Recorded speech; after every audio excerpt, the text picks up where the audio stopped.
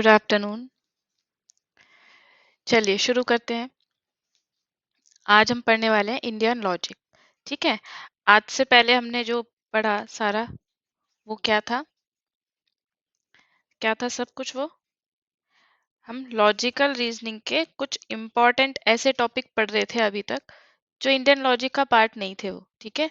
Western logic अलग होता है, इंडियन लॉजिक अलग होता है, और लॉजिकल रीजनिंग के टर्म्स आपने पढ़ी थी पहले, और उनके बहुत सारे टॉपिक आपने पढ़े, सभी ही इम्पोर्टेंट थे। इनफॉर्मल फालेसी, फॉर्मल फालेसी, सैलॉग पढ़ा आपने, स्क्वायर ऑफ अपोजिशन आपने पढ़ा। ठीक है। और आपने मूड एंड फिगर पढ़ा। हर एक टॉपिक से क्वेश्चन आए हुए हैं। ठीक है। इसीलिए बहुत ही इम्पोर्टेंट टॉपिक्स हम लोग यहाँ पर कवर कर रहे हैं। तो आज हमारी बारी आ गई है इंडियन लॉजिक को पढ़ने की। ठीक है। इसमें टर्म्स थोड़ी सी टिपिकल होती है, इसलिए टफ लगता है ना। लेकिन बहुत ही आसानी से हम थोड़ा थोड़ा करके पढ़ेंगे, एक साथ सारा नहीं पढ़ेंगे। ठीक है। जितना समझ आएगा आराम से उतना ही पढ़ेंगे।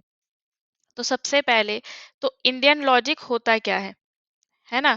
क्या होता है, जैसे कि नाम से ही पता चल रहा है कि इंडियन मतलब इंडियंस ने दिया होगा, है ना। हमारे जो हमारे ऋषि मुनि हुए हैं, या फिर हमारे देश में जितने भी महान जो ज्ञाता हुए हैं, है ना, उन लोगों ने दिया, भारतीयों के द्वारा दिया गया लॉजिक, तर्क, है ना। जो भारतीयों ने तर्क अपना डेवलप किया, और उसके आधार पे जो नॉलेज आगे बढ़ती गई, उसको क्या बोलेंगे हम, इंडियन लॉजिक बोलेंगे। ठीक है। और क्या बातें हम इसमें समझ सकते हैं, ये क्या है, तर्क क्या है, एक तरीके से सोचने का एक तरीका होता है ना, एक साइंस है, एक आर्ट होता है। ठीक है। तर्क क्या है, जिसको हम इंग्लिश में बोलते हैं लॉजिक। लॉजिक और तर्क दोनों का मतलब क्या है कि एक सोचने का तरीका है, जिसको हम साइंटिफिकली, या ये बोलिए कि ये एक आर्ट है। ठीक है। साइंस और आर्ट दोनों है, ये एक सोचने का तरीका है। ठीक है। इसका जो रिलेशन है ये नहीं है। एक सेकेंड।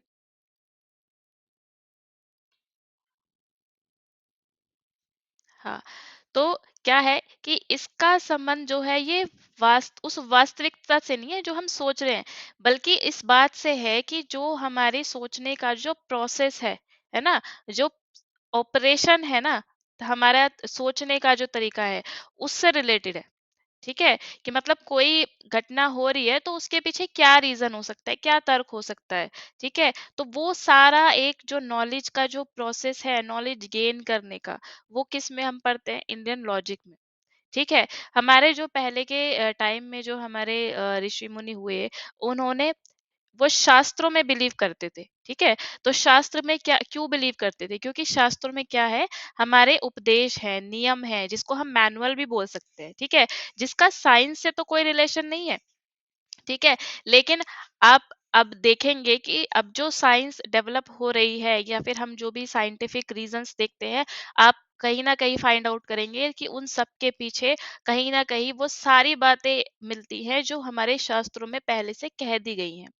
ठीक है। हालांकि इसको ज्यादा हाईलाइट किया नहीं जाता, लेकिन बहुत साइंटिस्ट जो होते हैं, साइंटिस्ट भी इस बात में बिलीव करते हैं कि जो शास्त्रों में लिखा है, वो बहुत हद तक जो है उनसे रिलेट कर पाते हैं। ठीक है।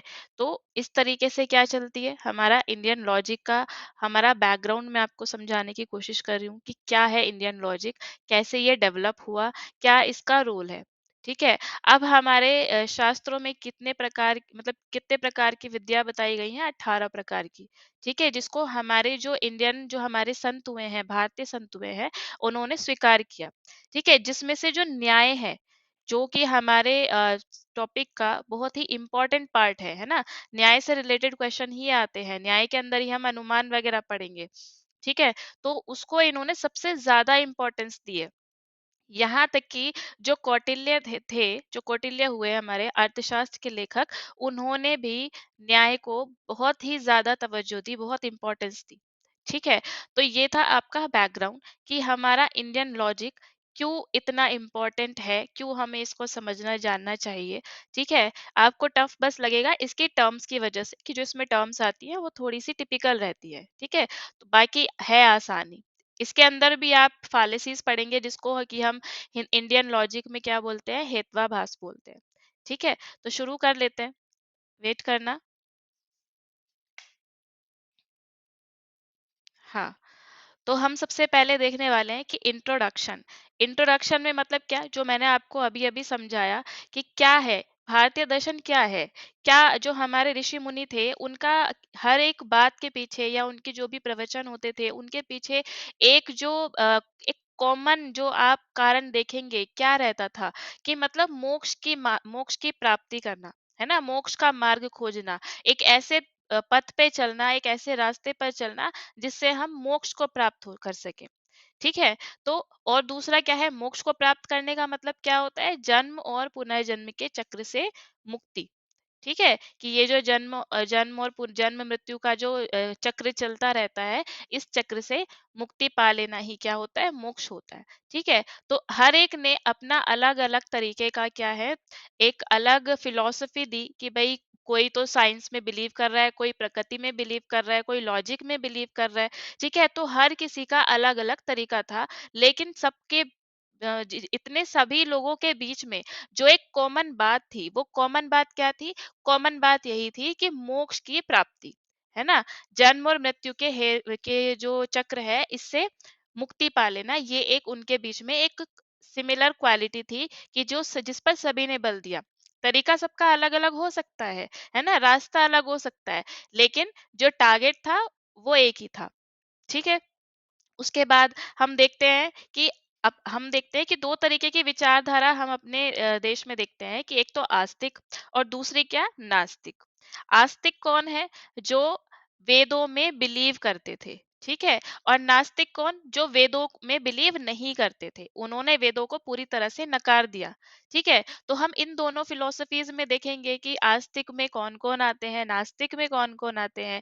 जैसे कि हम देख पा रहे हैं कि बुद्धिज्म, ठीक है, जैनिज्म एंड चारवाक, ये तीनों क्या है, ये नास्तिक फिलॉसफी को मानते थे, नास्तिक विचारधारा से ये लोग अपना इनका विचारधारा थी, नास्तिक विचारधारा। और ये जो बाकी के हम देखते हैं आस्तिक में भी क्या है, दो तरीके के लोग हैं, एक है एथीस्ट और एक है थीस्ट। ठीक है। अब आस्तिक में क्या है, कुछ जैसे कि हम देखते हैं स्वामी दयानंद, वो आस्तिक थे या नास्तिक थे, वो थे तो आस्तिक, लेकिन वो क्या, मूर्ति पूजा के विरोधी थे। ठीक है। तो आस्तिक में भी दो डिवीजन हो गए, एक तो एथीस्ट और एक थीस्ट। ठीक है। इन्होंने ईश्वर को नकार दिया, अथीस्ट ने, और थीस्ट ने क्या किया, नॉन रिजेक्शन ऑफ गॉड, कि इन्होंने गॉड को नहीं नकारा इनके हिसाब से कि भगवान है। ठीक है। अब इसमें अथीस्ट में कौन से आते हैं, सांख्य, न्याय एंड वैशेषिक। ठीक है। अब हम इन सब के बारे में एक एक करके पढ़ेंगे कि सांख्य को किसने डेवलप किया, या फिर इनकी क्या विचारधारा थी, न्याय की क्या थी। ठीक है। अभी सिर्फ इनके नाम नाम देख लीजिए। उसके बाद हम थीस्ट में देखते हैं कि थीस्ट में कौन कौन आएगा, योगा, पूर्व मीमांसा, वेदांत, है ना, और वेदांत के ये पार्ट्स हैं, अद्वैत, विशिष्ट अद्वैत, है ना, द्वैत। ठीक है। और उसके बाद योगा से निकला न्यू वेदांत। ठीक है। तो इस तरीके से आपका ये एक चार्ट है जिसमें आप एक बार में सबके नाम तो एटलीस्ट पढ़ सकते हैं। ठीक है। फिर उसके बाद हम एक एक करके देखेंगे। पहले ये देख लीजिए कि दर्शन, छह तरीके के दर्शन है हमारे। ठीक है। कौन कौन से हैं, सबसे पहला है हमारा न्याय, वैशेषिक, सांख्य, योग, पूर्व मीमांसा एंड उत्तर मीमांसा। ठीक है। अब न्याय को किसने दिया, न्याय स्कूल कौन से ऋषि मुनि से हमारे रिलेटेड था, तो गौतम ऋषि से रिलेटेड था। ठीक है। वैशेषिक से कौन संबंधित है, कनाद ऋषि, सांख्य से कपिल मुनि, योग से पतंजलि, पूर्व मीमांसा से जैमिनी ऋषि, उत्तर मीमांसा से महर्षि व्यास।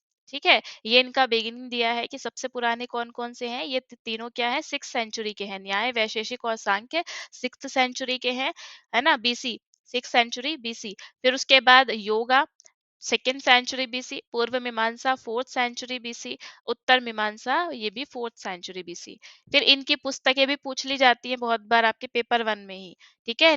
गौतम ऋषि की न्याय सूत्र, कनाद की वैशेषिक सूत्र, कपिल मुनि की सांख्य सूत्र, है ना, पतंजलि की योग सूत्र, जैमिनी ऋषि की पूर्व मीमांसा सूत्र, और महर्षि व्यास की उत्तर मीमांसा सूत्र। ठीक है। तो ये आपको हो जाएगा, क्योंकि जैसे स्कूल से रिलेटेड ही नाम है, मिलते जुलते। ठीक है। उसके बाद हम इनको एक एक करके पढ़ेंगे। 6 स्कूल ऑफ इंडियन फिलोसफी, क्या है, हमारे 6 स्कूल ऑफ इंडियन फिलोसफी है। उसमें सबसे पहला जो नाम हमें दिखाई दे रहा है अपनी स्क्रीन पर, वो है सांख्य। ठीक है, सांख्य दर्शन किसने दिया? ये कपिल मुनि ने दिया। अभी अभी हमने पढ़ा कि किसने दिया? कपिल मुनि ने दिया। ठीक है, अब ये जो सांख्य दर्शन था ना, ये किस में बिलीव करता था? ये दो एलिमेंट्स में बिलीव करता था। दो एलिमेंट्स कौन से? एक पुरुष और दूसरा प्रकृति। ठीक है, तो इनका ये बोलना था कि जो विश्व का, जो यूनिवर्स का जो निर्माण हुआ है ना, वो पुरुष और प्रकृति के मिलन से हुआ है ना? पुरुष और प्रकृति ने किया है यूनिवर्स का निर्माण। पुरुष कौन है? एक कॉन्शियसनेस और सोल, और प्रकृति कौन है? नेचर। प्रकृति से संबंधित, प्रकृति से क्या मतलब निकाल निकाल रहे थे ये लोग कि नेचर से है, और पुरुष मतलब सोल से। ठीक है, even though it was the oldest school, सबसे पुराना है। हमने पढ़े ना कि तीनों के तीनों सबसे ऊपर के जो थे वो 6th सेंचुरी बीसी के थे। ठीक है, तो ये क्या था? ओल्डेस्ट स्कूल ऑफ थॉट था। और ये किस में बिलीव करता था? पुरुष और प्रकृति, इन दो एलिमेंट्स में बिलीव करता था कि इन दोनों ने मिलके ही यूनिवर्स की रचना की है। ठीक है, अब हम देखते हैं कि जो सांख्य फिलॉसफी है, इसने थियोरेटिकल बेसिस प्रोवाइड किया, मतलब कि जो एक आधार है ना, सैद्धांतिक आधार प्रदान किया दूसरे स्कूल को, जिसको हम योगा बोलते हैं। ठीक है, तो अगर ये पूछा जाए कि योगा को की जो फिलॉसफी है, उसको सैद्धांतिक आधार कौन सी फिलॉसफी ने दिया, तो हम कहेंगे कि सांख्य फिलॉसफी ने। ठीक है, उसके बाद आता है आपका योगा। हम जानते हैं कि योग किसने दिया? पतंजलि का है ना? ऋषि मुनि जो थे हमारे, थे ऋषि पतंजलि, ये फाउंडर थे इस फिलॉसफी के। और इन्होंने जो टेक्निक बताई योगा वाली, वो क्यों बताई? इन्होंने कहा कि योग के द्वारा ही व्यक्ति क्या कर सकता है? अपने शरीर पर, मन पर और इंद्रियों पर नियंत्रण प्राप्त कर सकता है। और जब ये नियंत्रण कर लेगा अपने मन पर, अपने शरीर पर और अपनी इंद्रियों पर, तो तब उसको मुक्ति मिल जाएगी, तब उसको मोक्ष मिल जाएगा। ठीक है, क्योंकि सभी घूम फिर के किस चीज की बात कर रहे हैं? मोक्ष की बात कर रहे हैं। तो योगा ने योग के जो फाउंडर हैं पतंजलि, उन्होंने कहा कि योग करने से व्यक्ति अपने मन, शरीर और इंद्रियों पर नियंत्रण कर लेगा, जिससे क्या होगा? वो मुक्ति प्राप्त हो जाएगी उसको, और मोक्ष मिल जाएगा। ठीक है, इसके लिए इन्होंने अष्टांग योग बताए। ठीक है, अब वो अष्टांग योग कौन कौन से हैं? यम, नियम, आसन, प्राणायाम, प्रत्याहार, धारणा, ध्यान और समाधि। ठीक है, कि ये अष्टांग योग है, इनका अभ्यास किया जाना चाहिए। और ये क्या मानते थे? ये ईश्वर को एक मार्गदर्शक मानते थे। ठीक है, या एक टीचर मानते थे। ठीक है, गाइड और टीचर माना इन्होंने, इन्होंने निर्माता नहीं माना इन्होंने भी। ठीक है, कि, कि क्रिएचर नहीं है, कि क्रिएटर नहीं है हमारे जो ईश्वर हैं, वो हमारे मार्गदर्शक हैं और हमारे टीचर हैं। ठीक है। उसके बाद आ जाते हैं हम न्याय के ऊपर, है ना? न्याय जो है मोस्ट इम्पोर्टेंट है हमारे एग्जाम के पर्सपेक्टिव से। क्यों? क्योंकि न्याय से रिलेटेड ही हमारा सारा कुछ एग्जाम में इसी से रिलेटेड क्वेश्चन आते हैं। ठीक है, हम इसके अंदर जो पढ़ेंगे अनुमान वगैरह, वो न्याय ने ही दिए हैं। ठीक है, न्याय स्कूल ने। अब इन्होंने क्या बोला? सबसे पहले तो किसने प्रोपाउंड किया? गौतम मुनि ने। ठीक है, इन्होंने क्या बताया? इन्होंने दो तरीके की नॉलेज दी। इन्होंने बोला नॉलेज जो होती है वो दो टाइप की होती है। एक होती है वैलिड नॉलेज और दूसरी होती है इनवैलिड नॉलेज। ठीक है, प्रमा और अप्रमा जिसको हम बोलते हैं। प्रमा वैलिड नॉलेज होती है और अप्रमा होती है इनवैलिड नॉलेज, जिसको कि हम आगे डिटेल में पढ़ेंगे। ठीक है, और न्याय जो है बहुत हद तक वैशेषिक स्कूल के से मिलता जुलता था। जो वैशेषिक फिलॉसफी हम आगे पढ़ेंगे, उसके उसके जैसा ये मिलता जुलता था। ठीक है, तो आगे हम देखते हैं क्या है। वैशेषिक पर ही आ जाते हैं। किसने दिया? कर्नाड ने दिया। और जब हम इनके न्याय के अंदर हम पढ़ेंगे ना, 6 इनके जो मीन्स ऑफ नॉलेज पढ़ेंगे, 6 टाइप पढ़ेंगे, उसके बाद मैं आपको एक चार्ट बताऊंगी कि किस दर्शन ने किस वाले मीन्स ऑफ नॉलेज में बिलीव किया। ठीक है, तो वो हम एक साथ पढ़ लेंगे। उसके बाद आता है पूर्व मीमांसा। इसकी शुरुआत किसने की थी? जैमिनी ने दी थी। ठीक है, जैमिनी ने की थी। ठीक है, इन्होंने क्या है? ब्रह्मांड को बनाए रखने के लिए यज्ञ और मंत्रों का महत्व दिया, कि अगर ब्रह्मांड को बनाए रखना है, यूनिवर्स को बना के रखना है, तो हमें क्या करना चाहिए? हमें यज्ञ करना चाहिए और मंत्रों की इंपॉर्टेंस को समझना चाहिए। ठीक है। और ये क्या समझते थे, ये इन्होंने कहा कि भाई वेद ही क्या है, वैध ज्ञान मतलब के वैलिड नॉलेज देते हैं हमें।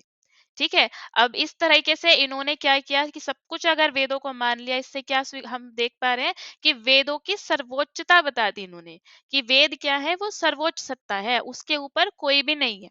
ठीक है। अब अगर वेद के हम सिद्धांतों का पालन करेंगे तो हमें मोक्ष मिल जाएगा। ठीक है। तो इन्होंने मोक्ष प्राप्ति का साधन किसको बताया, वेदों को बताया। जब हमने पीछे अभी योग पढ़ा था, योगा पढ़ा था, तो उन्होंने मोक्ष प्राप्ति का साधन किसको बताया था, उन्होंने योगा को बताया था। तो घूम फिर के बात क्या हो रही है, मोक्ष की प्राप्ति की ही हो रही है। ठीक है। लेकिन सबके तरीके अलग हैं। अब क्या है, उत्तर मीमांसा जिसको हम वेदांत भी बोलते हैं। ठीक है। तो इन्होंने ये किसने दिया था, बद्रायन ने दिया था। ठीक है। और इन्होंने किस पर ज्यादा बल दिया, इन्होंने ब्रह्म ज्ञान के ऊपर ज्यादा बल दिया। ठीक है। और ये क्या है, it is based on the Upanishadic part of the Vedas. ठीक है। जो हमने अभी ऊपर पढ़ा, हमने पूर्व मीमांसा में क्या पढ़ा कि इन्होंने वेदों की सर्वोच्चता पे बल दिया कि वेद जो है वो एक सुप्रीम पावर है। ठीक है। लेकिन जो उत्तर मीमांसा है, उत्तर मीमांसा किस पे बल दे रहा है, ये उपनिषदों पर बल दे रहा है। ठीक है। ये कह रहा है कि उपनिषद सबसे ऊपर है।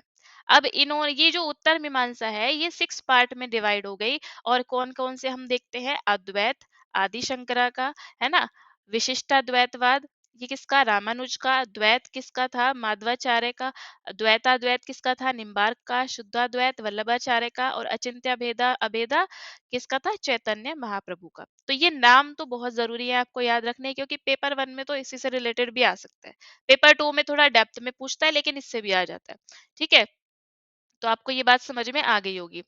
अच्छा, अब जो बात हम शुरू से लेके अभी तक पढ़ते आ रहे हैं, क्या पढ़ते आ रहे हैं कि सबने क्या दिया, मोक्ष प्राप्ति का मार्ग बताया कि कैसे मोक्ष प्राप्त किया जा सकता है, कैसे हम जीवन मरण के चक्र से मुक्त होकर, अपने कष्टों से मुक्त होकर एक मतलब मुक्ति प्राप्त कर सकते हैं, मोक्ष को प्राप्त कर सकते हैं। हालांकि हर किसी का तरीका अलग था, किसी ने वेद माने, किसी ने उपनिषद माने, किसी ने योग को इम्पोर्टेंस दी। ठीक है। लेकिन जो लास्ट में जो इनका टारगेट है, जो इनका जो मतलब एक क्या है कि मोटिव है किसी भी अपनी फिलॉसफी को देने का, वो क्या है, मोक्ष की प्राप्ति है। और मोक्ष प्राप्ति मतलब कष्टों से मुक्ति पाना और आत्म साक्षात्कार भी करना, है ना, वास्तव में ये जान लेना कि हम क्या हैं। ठीक है। तो ये सब हमने पढ़ा। अब हम अपने आ रहे हैं टॉपिक के ऊपर। ये भी टॉपिक का ही पार्ट था, लेकिन अब हम अपने थ्योरी ऑफ नॉलेज पे आ गए। ठीक है। जिसमें कि हम देखते हैं कि न्याय, जिसमें न्याय के अकॉर्डिंग क्या है, हमारे कितने टाइप के हमारे रास्ते मतलब मीन्स ऑफ नॉलेज कितने हैं, कितने तरीके के रास्ते हैं जिसके द्वारा, जिसको फॉलो करके हम ज्ञान तक पहुंच सकते हैं। ठीक है। हमने अभी बात की थी कि नॉलेज कितने टाइप की होती है, दो, कि वैलिड भी हो सकती है और इनवैलिड भी। जो वैलिड नॉलेज होगी उसको हम कहेंगे प्रमा, और जो इनवैलिड नॉलेज होगी वो कहेंगे हम अप्रमा। ठीक है। नॉन वैलिड जो होगी उसको कहेंगे अप्रमा। ठीक है। अब न्याय जो है उसने 4 वैलिड मीन्स ऑफ नॉलेज को एक्सेप्ट किया। ठीक है। वैसे कितने हैं, टोटल 6 है, मैंने शायद गलत बोल दिया था। ठीक है। टोटल 6 है, लेकिन न्याय ने 4 को एक्सेप्ट किया। ठीक है। अब वो 4 कौन कौन से थे, perception, inference, testimony and comparison. अभी हम इनको भी एक एक करके समझेंगे बारी बारी से कि किसका क्या मतलब है। ठीक है। पहले आ जाते हैं यहाँ पर थ्योरी ऑफ नॉलेज। अब ये आप फ्लो चार्ट में देख रहे होंगे कि एक होता है प्रमाता, दूसरा है प्रमेय, एक है प्रमाण, और फोर्थ है प्रमिति। ठीक है। तो अब इनका क्या मतलब है, प्रमाता मतलब कौन, जिसके पास नॉलेज है, जो ज्ञाता है ना, जो ज्ञान को जानता है। ठीक है। वो कौन है, वो है प्रमाता। ठीक है। प्रमेय क्या है, जिसको जाना जा सकता है ना, the knowledgeable about which can be known. ठीक है। जिसको हम जानना चाहते हैं या जिसको जाना जा सकता है, वो क्या है, वो है प्रमेय। और प्रमाण क्या है, द प्रोसेस ऑफ नोइंग, ज्ञान प्राप्त करना ही प्रमाण है। ठीक है। तो उसका जो प्रोसेस है वो है प्रमाण। प्रमाण के भी टाइप्स पढ़ेंगे आगे चल के। ठीक है। प्रमिति क्या है, the knowledge achieved by the प्रमाण। अब ये तो प्रोसेस था, प्रोसेस फॉलो करने के बाद जो नॉलेज अचीव की गई है उसको बोलेंगे प्रमिति। ठीक है। तो ये क्या है, थ्योरी ऑफ नॉलेज 4 टाइप के हमने पढ़े।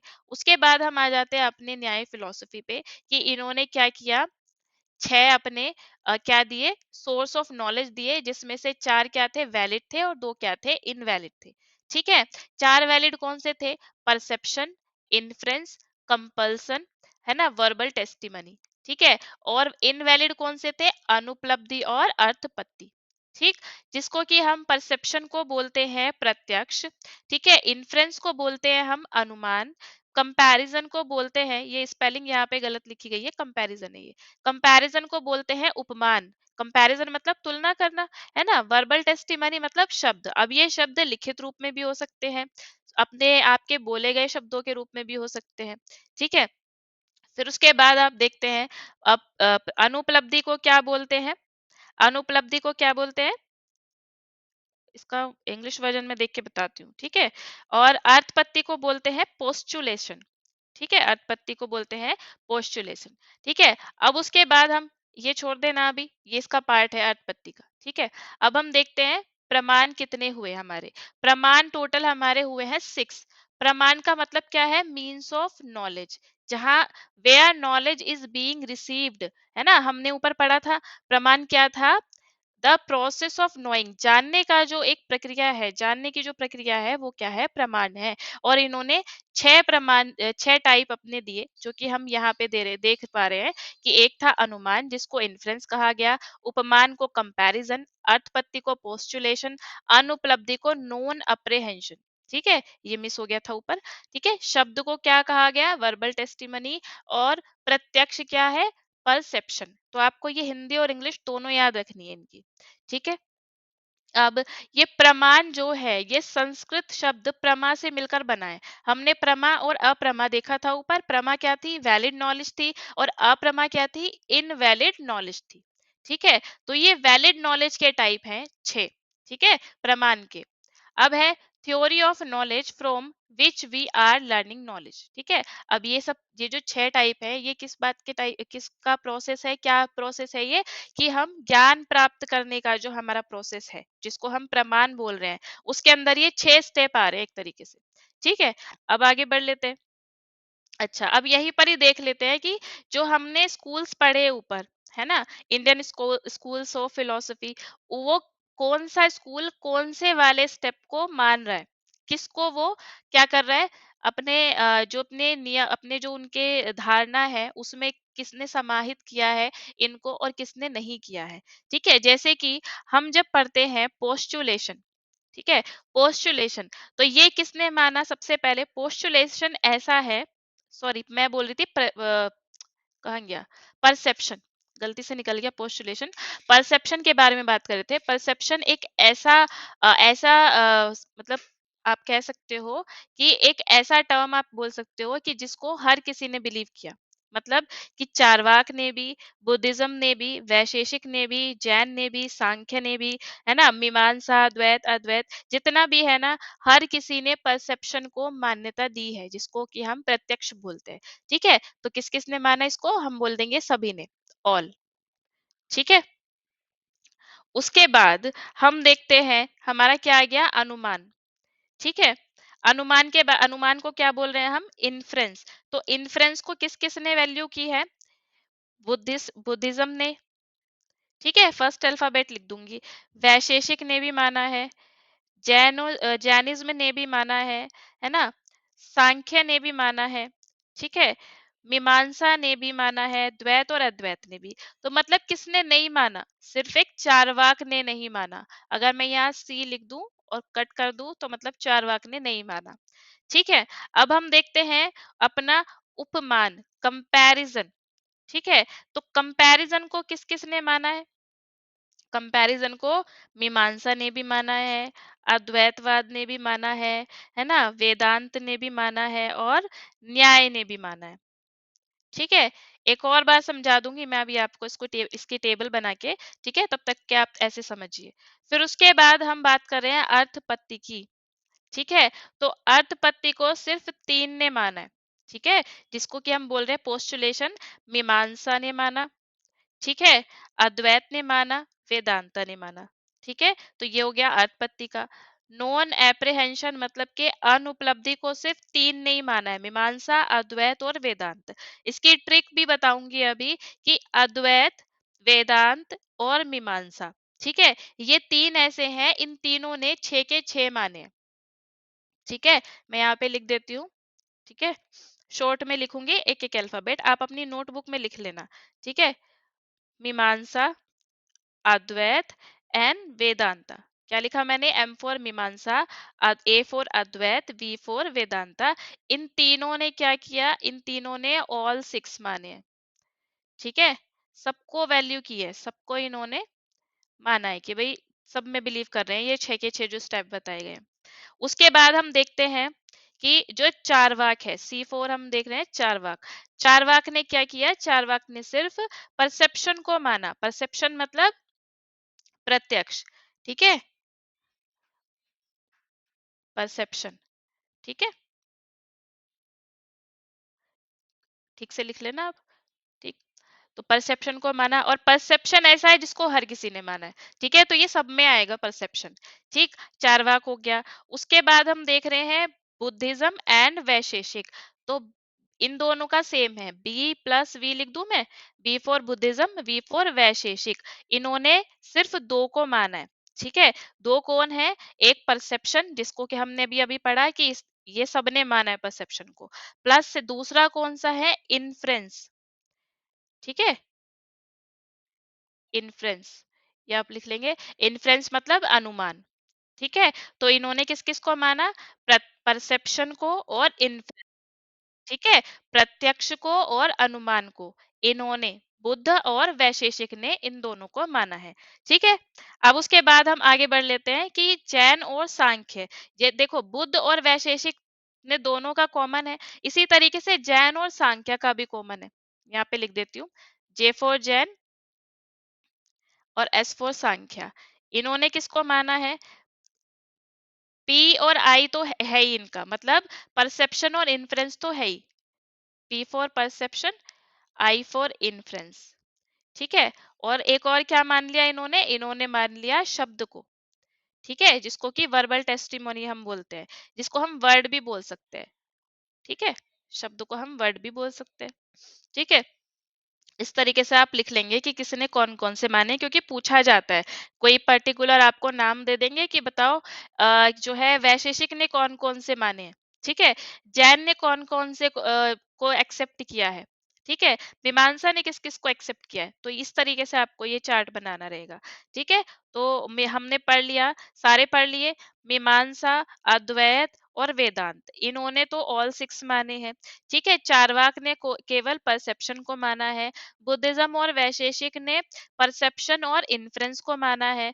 ठीक है, जैनिज्म और सांख्य ने परसेप्शन और इन्फ्रेंस के साथ शब्द को भी माना है, जिसको हमने वर्ड लिखा है। ठीक है, अब बचा न्याय। न्याय का तो लिखा नहीं कहीं भी, तो न्याय ने किसको माना है? हमने अभी भी पढ़ा था कि इसने चार को माना। ठीक है, क्योंकि चार को वैलिड बोला और बाकी को क्या बोला? इनवैलिड बोला। तो वो चार कौन से हैं? परसेप्शन तो है ही, सब में है। ठीक है, फिर एक और क्या हो गया? परसेप्शन हो गया, दूसरा हो गया इन्फ्रेंस हो गया, चौथा हो गया कंपैरिजन हो गया, और W4 हो गया शब्द। ठीक है, मतलब अनुपलब्धि और अर्थपत्ति को छोड़कर, क्योंकि ये इन दोनों को इनवैलिड मान रहा है। ठीक है, इन दोनों को छोड़कर बाकी सारे ये चारों माने। ठीक है, अनुपलब्धि मतलब ए से लगा लो, अनुपलब्धि और अर्थपत्ति इन दोनों को इनवैलिड माना है, और बाकी चारों को वैलिड माना है। क्या ये बात यहाँ तक समझ में आ गई आप सभी को कि हमने जो ये पढ़े हैं मीन्स ऑफ नॉलेज कितने हैं टोटल? छह हैं। अब इन छह में से किस किस ने किसको फॉलो किया, ये हमें समझना है और ये हमें याद करना है। क्या आपको ये बात यहाँ तक समझ में आ गई? मुझे बताइए, मैं आप सभी का रिस्पॉन्स जानना चाह रही हूँ।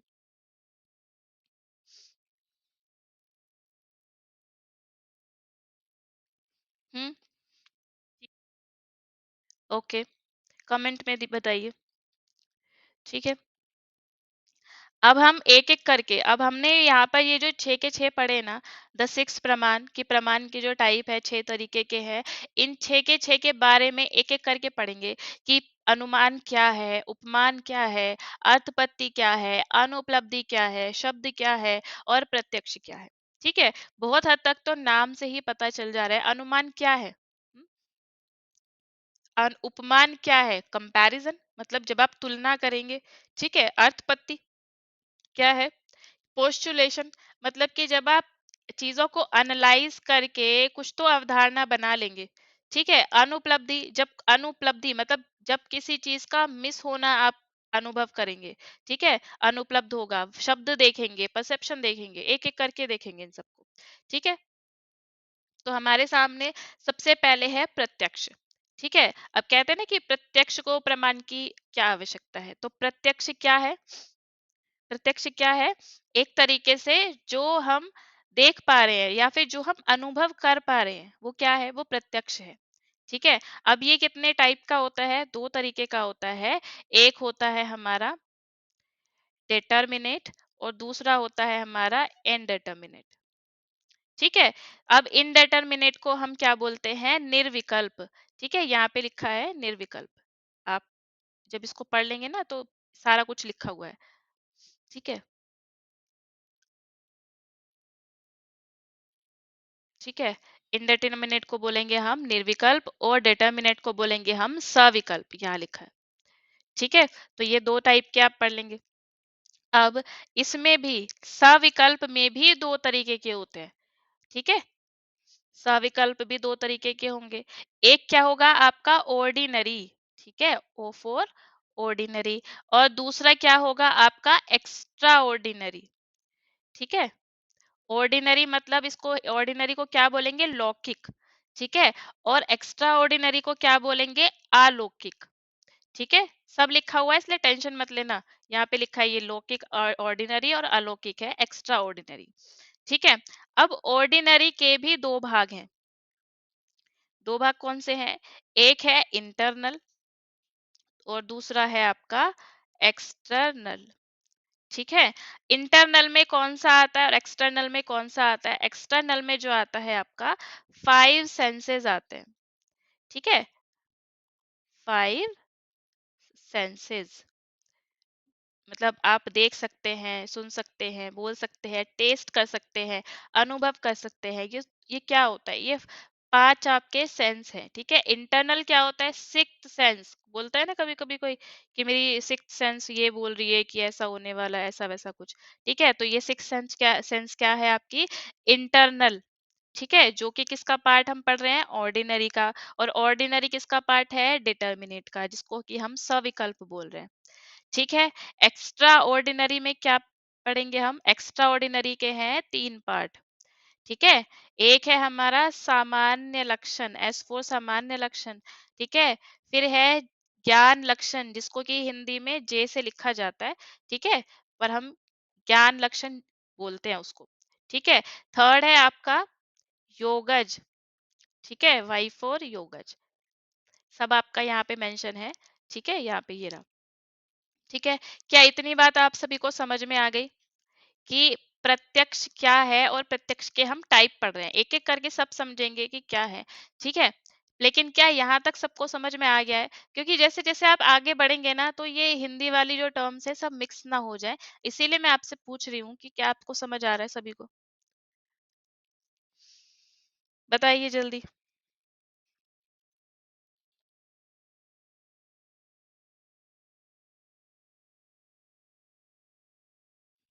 कुछ दिक्कत नहीं आएगी। कुछ दिक्कत नहीं आएगी। माइक ऑफ कीजिए सबसे पहले आप।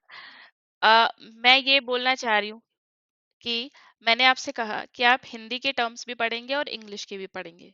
बहुत बार होता है कि आपको इंग्लिश में भी ना ये प्रत्यक्ष ही लिखा दे देंगे, है ना?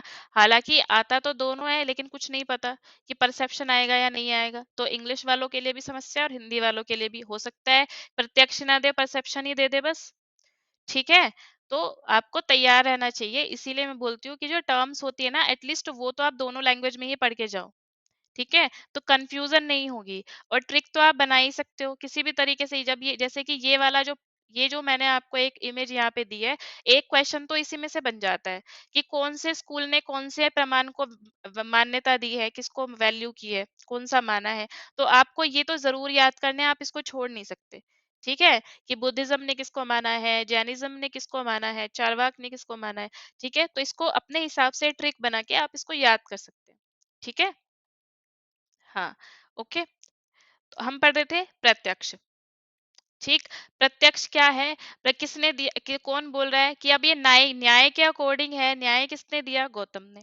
ठीक है। तो इन्होंने डिफाइन किया परसेप्शन को, है ना, प्रत्यक्ष को, जिसके कि प्रत्यक्ष के लिए इन्होंने क्या बोला है कि हमारे ये दो तरीके के होंगे, दो तरीके से हम इसको इस तक पहुंच सकते हैं। एक है हमारा सविकल्प और दूसरा है हमारा निर्विकल्प। ये दो तरीके हैं। ठीक है। अब सविकल्प में भी ऑर्डिनरी और एक्स्ट्रा ऑर्डिनरी है। ठीक है। जिसमें ऑर्डिनरी है इंटरनल सेंसेस और एक्सटर्नल सेंसेस। इंटरनल कौन से होते हैं और एक्सटर्नल कौन से होते हैं? एक्सटर्नल होते हैं हमारे फाइव सेंसेस, ठीक है, जो बाहर से दिख रहे हैं। ठीक है। और इंटरनल क्या है हमारा? Sixth sense. ठीक है। मतलब जो हमारा मन अंदर से गवाही देता है, बोलता है ना कभी कभी कि मन में ऐसा आ रहा है कि शायद ऐसा होने वाला है, तो वो क्या है? वो सिक्स्थ सेंस है। ठीक है। अब एक्स्ट्रा ऑर्डिनरी में कौन से प्रकार है? तीन तरीके के हैं, सामान्य लक्षण, ज्ञान लक्षण, योगज। या आप डिटेल में पढ़ेंगे आगे चल के कि सपोज क्या कि आपने कोई चीज, मतलब जैसे छोटा बच्चा होता है, जब उसको कुछ भी हम टेस्ट नहीं कराते तो उसको चीजों के टेस्ट के बारे में पता नहीं होता। ठीक है। तो उसको क्या, उसको नहीं पता, उसके सामने आप कोई भी चीज ले आओ, ठीक है, उसका रिएक्शन ऐसे रहेगा कि वो उसका कोई रिएक्शन ही नहीं होगा, मतलब वो एकदम ऐसे पैसिवली बैठा होगा, क्योंकि उसे पता ही नहीं है कि सामने वाली जो चीज उसके सामने रखी है उसका टेस्ट कैसा है। इसीलिए तो मिर्च की डब्बी भी दे दो तो उसको लगेगा कि वो भी खा लूं मैं। ठीक है। लेकिन वहीं अगर आपने कोई चीज पहले खाई हुई है, मतलब कि आपको ज्ञान है उस बात का कि अगर आपके सामने कोई मीठी चीज आ जाए या कोई खट्टी चीज आ जाए, तो आपको अंदर से पता चल जाएगा कि अरे ये तो मतलब खट्टा है, मतलब खट्टे को देख के मुंह में पानी आने लग जाए, मीठा देख के आपको मिठास का अनुभव होने लग जाए। ठीक है। या कोई सुगंधित फूल आपने देखा, उसको देख के आपको उसकी स्मेल याद आ जाए, तो वो क्या है? वो है ज्ञान लक्षण। ठीक है। अब योगज क्या है? वो है इंट्यूशन, कि हमें इंट्यूशन होती है ना कि अच्छा मुझे लग रहा है कि कुछ ऐसा तो होगा। ठीक है। तो वो इंट्यूशन होती है। तो इस तरीके से करके ये आप एक एक करके पढ़ेंगे कि किस पार्ट में क्या है। ठीक है। क्या यहाँ तक आपको समझ आया जो मैंने समझाने की कोशिश की कि आपको एक तो हिंदी और इंग्लिश दोनों शब्दों के बारे में पता होना चाहिए। ऐसा नहीं कि हिंदी वाले को इंग्लिश का नहीं पता और इंग्लिश वाले को हिंदी का नहीं पता। ठीक है। दोनों बातों का पता होना चाहिए। ठीक। ओके। तो क्या आज यहीं तक रखें? ठीक है। मुझे बताइएगा यहाँ तक समझ आया या नहीं आया। ठीक है। हम कल प्रत्यक्ष से स्टार्ट करेंगे। ठीक है। यहाँ तक आप अच्छे से याद कर लेना, इसलिए थोड़ा करा रही हूँ ताकि आपके ऊपर बर्डन ना पड़े और आप प्रेशर में ना जाओ, क्योंकि थोड़ा सा टिपिकल होता है। ये 6 प्रमाणाज ये मैं आपसे पूछूंगी कि किस वाले इंडियन स्कूल ऑफ फिलोसफी ने कौन से वाले प्रमाण को वैल्यू दी है ना, किसको एक्सेप्ट किया है और किसको नहीं किया है। फिर हम प्रत्यक्ष से फिर पढ़ेंगे अपनी नेक्स्ट क्लास में। ठीक है। Okay ji. Thank you so much.